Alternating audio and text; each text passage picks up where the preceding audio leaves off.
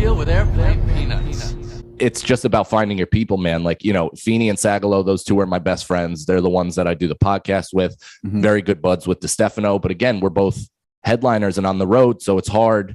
It's hard right. Once you start working like that to then come together. And we have kids, you know, he has kids. I have a kid. So it's hard to kind of find that time to hang. But when you do, it's like, it's the fucking best. Yeah. There's nothing better than hanging with comics and just like, you know, just letting it rip. It's the greatest. Dude, it sounds awesome. And like, I saw you recently on Barstool, like those I'm such a big fan of that whole, you know, like company in general. Like, and they're kind of part of the New York comedy scene, but they're not comedians, they are. But they like put on so many, it's awesome. Like, I don't even know what you'd really call them because they're huge in podcasting and they're always putting on comics on their shows and all that stuff. It's like, it just seems like it's going on right now in New York.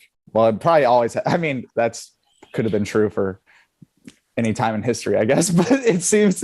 Well, I'm just going to talk to you through here now because this thing is fucked. Oh yeah, no, we're pretty much wrapped up anyway, but I was just like, I love, it just seems like all the content that I'm like wholesomely enjoying because nowadays, like editing all these clips and it's like all the podcasts that I used to really like, it just seems like I'm mostly watching them when I'm trying to make some sort of video about it or something. Yeah, so it's like, especially that Barstool stuff is like content that I can still just enjoy that ties in comedians. And it just reminds me of just like, dude, this is just like a fun hang.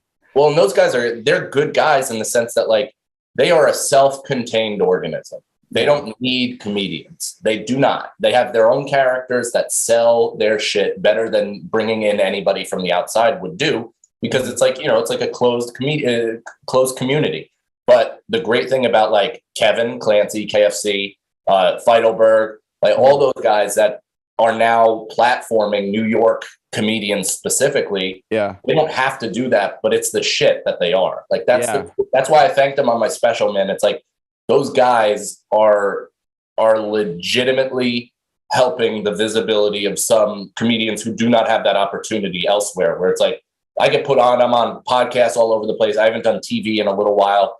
Both intentionally and also like not, you know, like I would like, of course I would like an hour on Netflix or HBO or Comedy Central or wherever. The offer hasn't come through. So what am I going to do? Wait? No, I'll put out my own shit.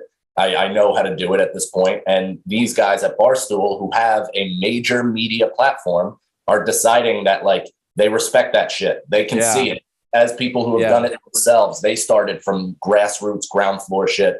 So they're like, fuck it, man. We'll put you on too. We like what you're doing. And, you know, we'll try to expose you to as many of our fans as possible. Yeah, dude, they just seem like, and this is a funny, I mean, this word is funny to use in this situation. They just seem like allies.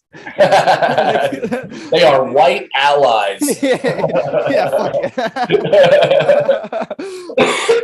All right. Well, thank you so much, Mike Cannon. This has been an absolute pleasure. Hopefully we get to do it again soon. Yeah, I mean, even if we were just talking sports, like that was just, it was very fun to meet you, talk with you. And thank you for coming on the show. Thanks for having me. And next time I'm in Tampa, we'll do it in person. Yeah, for sure. Any socials or you got the new special out? You got the new special. New special is on YouTube, Mike Cannon Comedy, youtube.com/Mike Cannon Comedy. It's called White Privilege Homeless. I have 2 other hours of stand-up on the channel as well. I have a crowd work special coming out in July that I did while on 150 milligrams of edibles. And we recorded it on 420. I'm actually watching the edit now. It's fucking awesome. I'm super psyched about it. So a ton of stuff coming to the YouTube. That's Mike Cannon Comedy. And then my podcast, Here's the Scenario with Brendan Sagalo and Mike Feeney. And my social is, I just gave you my social security number. And my social security and my credit number.